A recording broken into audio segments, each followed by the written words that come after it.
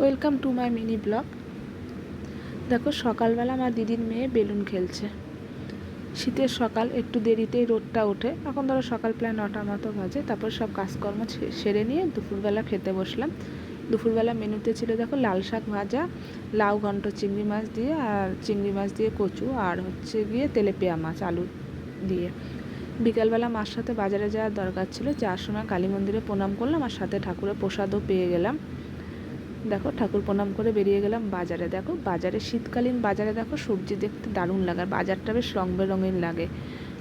দেখো মা অনেক সবজি কিনছে, আর আমি এখানে ভিডিও বানাচ্ছি।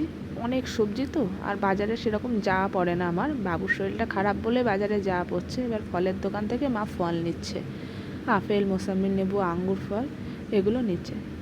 এবার দেখো বাজার থেকে কি কি বাজার করেছে। ওই যে বললাম না, মোটামুটি সব সবজি বাজার করেছে। দেখো আপেল,